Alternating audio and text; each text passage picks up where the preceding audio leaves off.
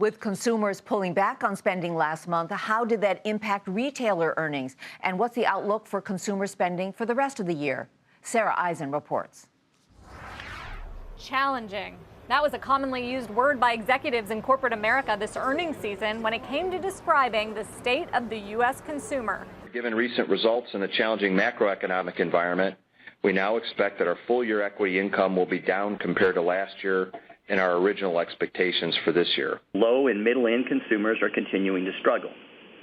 They have changed their buying habits. While our customer always finds a way to work through difficult times, she is struggling to overcome the sustained nature of the headwinds she is facing.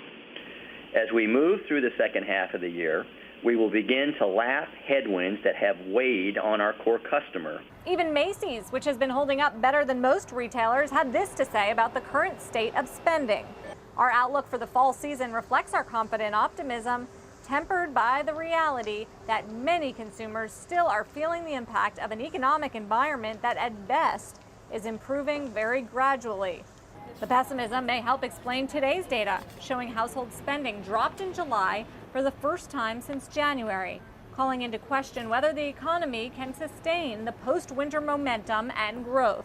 While we continue to operate in a challenging environment, we're pleased that we were able to exceed both our earnings expectations coming into the quarter and prior year's earnings as we continue to manage expenses tightly. Despite the gloom, there are some reasons to be optimistic going forward. Consumer confidence has been rising, in fact, at multi-year highs right now. The price of gasoline this Labor Day weekend, the cheapest since 2010, and generally comments from CEOs about back-to-school fall shopping season have been upbeat. It's going to be the key question facing the U.S. economy, 70% of which is dominated by consumer spending. For Nightly Business Report, I'm Sarah Eisen.